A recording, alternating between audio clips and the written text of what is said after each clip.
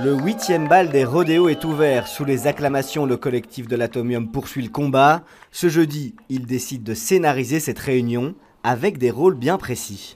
Vu l'impuissance de la ville à régler le problème, on s'est dit on va créer un personnage qui est Philippe Open, qui est bourgmestre de la nuit. Je suis Georges Dormir et je dors presque pas du tout. Des faux médecins tendent aussi des enveloppes aux passants. Certains acceptent l'offrande, d'autres partent en trombe. Mais que contiennent-elles exactement? On a prévu deux petits outils, les boules caisses pour arriver à dormir malgré le bruit, un petit autocollant pour signifier son appui au collectif Stop Rodeo Atomium, et puis de la tisane pour passer de bonnes nuits. On n'a pas l'autorisation de distribuer des antidépresseurs, donc on verra par la suite si c'est nécessaire.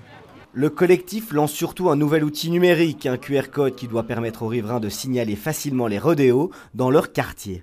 On leur donne un outil par lequel ils peuvent recenser le problème. Donc ça, je crois que c'est important.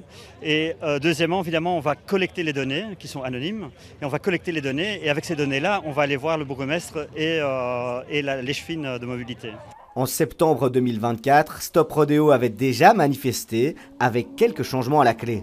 La ville a décidé de fermer le boulevard du Centenaire tous les jours de 20h à 5h pour éviter les rodéos. En première instance, ça a marché, mais en fait, et ça c'est typique au rodéo, c'est que le problème s'adapte à la nouvelle situation. Cependant, le problème perdure, les voitures rugissent toujours autant près de l'Atomium, tandis que les motos peuvent encore faire vrombir le moteur. Le collectif en attend encore plus.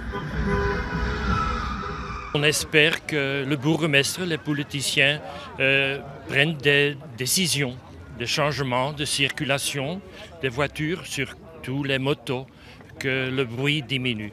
Selon une étude de Stop Rodéo, 1000 familles sont concernées par le phénomène. Le 15 juin, une nouvelle action aura lieu dans le quartier avec un mot d'ordre: Stop Rodéo.